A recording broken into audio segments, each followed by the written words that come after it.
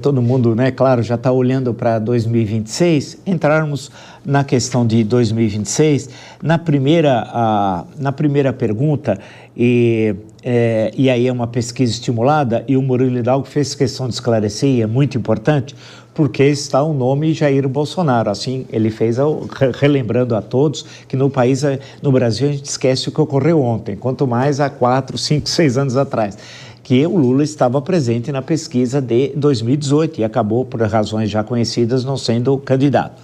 Então, vamos nesse primeiro cenário.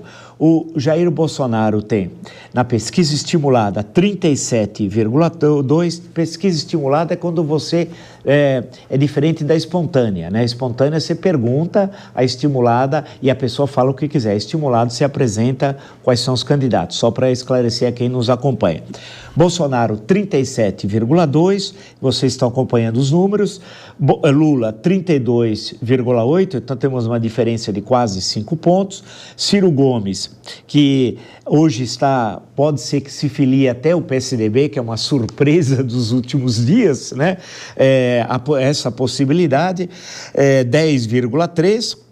Ratinho Júnior, que é o governador do Paraná e do PSD, o partido de Gilberto Kassab, que preside, 4,6%. Ronaldo Caiado, que é o governador de Goiás, que está no União Brasil, 2,9%. Helder Barbalho, do Pará, que seria, nessa hipótese aqui, o candidato do MDB. Bem, fica claro que há uma polarização, mas com uma vantagem razoável, vamos dizer assim, não é tão razoável assim, quase 5 pontos, mas é significativa. Passando para o Rodrigo Prando, como é que você avalia esse primeiro cenário? Olha, o cenário é péssimo para Lula, né? Porque sim, Bolsonaro está inelegível, Bolsonaro está enfrentando um julgamento no Supremo Tribunal Federal que ele é, até o momento, francamente desfavorável, e ele aparece à frente. Então mostra que é um desgaste enorme da imagem do Lula, especialmente de 22, quando ele saiu, ainda que por uma margem pequena, vitorioso. Então é extremamente desconfortável. Até teve outras pesquisas em que foi perguntado ao respondente, né, se ele achava o governo Lula melhor ou pior do que o do Bolsonaro. Ele acha pior.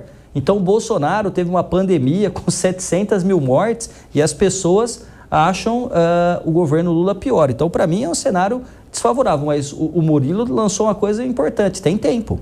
Tem tempo. Agora, se o governo não se mexer e se concretamente não entregar e chegar lá, no cidadão, na vida cotidiana das pessoas, a situação se complica, porque aí é o que eu digo, saindo o Bolsonaro, porque aqui é o cenário como mas se o Bolsonaro não tiver, abre espaço para outras pessoas que podem vir com um discurso muito mais interessante, porque, de certa maneira, o PT se desconectou um pouco e esse encanto que sempre houve do carisma do Lula parece não estar tão presente nesse terceiro mandato.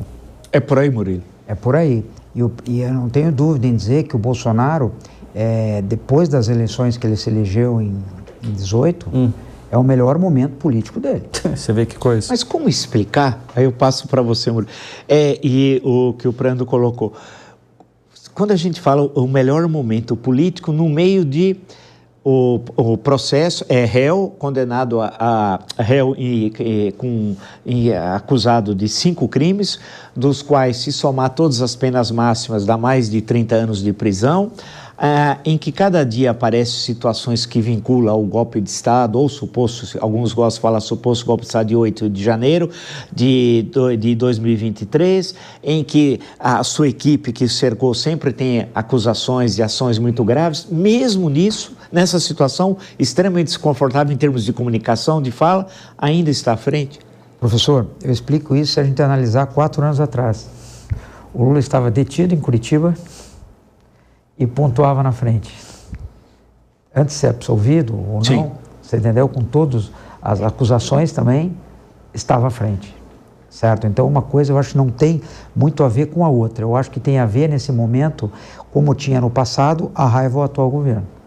Ou se sentir enganado, certo? E ele, como eu te falei inicialmente, ele se retroalimenta. Um estando mal, o outro está bem. Surpreende os 10% do Ciro Gomes? Não surpreende, professor, porque o Ciro tem o eleitorado dele. Eu te diria que a gente fizer um somatório, a gente vai chegar aí em 15, 20% do nem, que é a turma que não quer Bolsonaro e não quer Lula, certo? Essa turma hoje, ela detém 20% dos votos no Brasil. Por isso que não chegam. Se vocês me perguntarem, se o Bolsonaro lançar alguém do clã Bolsonaro, dificilmente alguém vai furar essa bolha. No segundo turno, nós teremos provavelmente um Bolsonaro contra um Lula. Certo? O que pode fazer furar a bolha, que seria o Neném, é o Bolsonaro escolher um candidato, que seria provavelmente o governador de São Paulo, candidato no lugar do herdeiro. Certo? Aí eu acho que aí abre um flanco muito grande, porque todo o outro campo desses 20% vai absorver muito desse voto. Sim. E aí fica muito difícil para o Lula. Então o Lula hoje tem que torcer para um Bolsonaro e os bolsonaros têm que torcer para que o Lula seja candidato. E interessante, porque eu vou passar para o segundo cenário, é que quando está presente Lula e Bolsonaro, os outros candidatos possíveis, como o Ratinho Júnior, Caiado e Helder, apesar que o Ratinho Júnior que melhor pontua, fica em situação muito difícil quando tem esse cenário da presença do Bolsonaro, né? É diferente agora de outros cenários. Vamos ao segundo cenário, que é interessante. Aí entramos na questão do clã. Quem diria que o Brasil passaria por isso na República, mas é a situação que nós vemos hoje de polarização. Professor, posso fazer uma Claro, Todo claro. mundo pergunta assim, e os clãs, por que continua, que nem o senhor falou? Mas essa é uma realidade brasileira. Vamos para Pernambuco, vamos para Alagoas, vamos para o Paraná, vamos para vários estados. As dinastias continuam. Sim. Sim. Quanto tempo, com todo respeito, não estou entrando se é bom ou se é ruim, mas há quanto tempo estão os Calheiros, os Barbalhos, a própria família Richa, o próprio... Quer dizer, há quanto tempo... Sarnez, quanto tempo governaram? Isso é histórico no Brasil. O Weber ajuda muito e o Raimundo Faoro ajuda muito a entender isso, né? Agora, a gente pode dizer onde há plenas, aí vamos ao passado, plenas relações de produção capitalista e uma sociedade capitalista, é difícil a preservação de clãs. Qual é o melhor exemplo? São Paulo. Por que em São Paulo nós não temos clãs? Eu me lembro um texto de 1954, que eu fiz a apresentação na Obras Completas do Florestan, eu fiz do Mudanças Sociais no Brasil. Tá. E ele fala, a primeira cidade burguesa no Brasil é São Paulo. Rio tem o Estado, aqui não. Aqui você tem a mobilidade social, as mudanças, e isso se reflete na política paulista. É muito difícil falar em clã. Não significa que um membro de uma família não pode ter futuramente esse membro da família exercendo alguma função pública. Mas a presença do clã, tal qual o bom exemplo, por exemplo, de Alagoas, Pará, podemos citar outros estados, durante um longo período da Bahia, né? Não tem em São Paulo. É pela especificidade da sociedade paulista do processo histórico aqui, que é bem interessante. Isso para dar uma tese, hein? Não, e inclusive o PSDB teve, né? Sim. O PSDB a gente nem sabe se existe ainda. O Ciro vai entrar num partido, de repente ele chega, né, abre lá, não tem mais nada, né?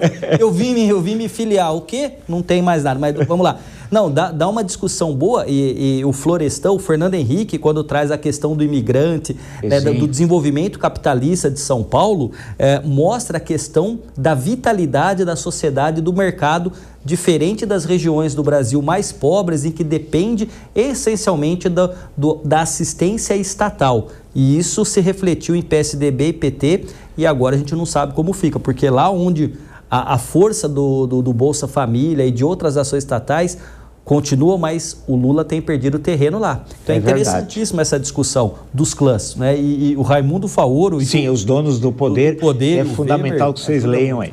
Mas dá uma boa discussão. Inclusive São Paulo, Salvador é cidade mais negra, nunca teve um prefeito negro, e São Paulo teve um prefeito negro. Veja como é que... Celso Pitta, para quem não se recorda. Bem,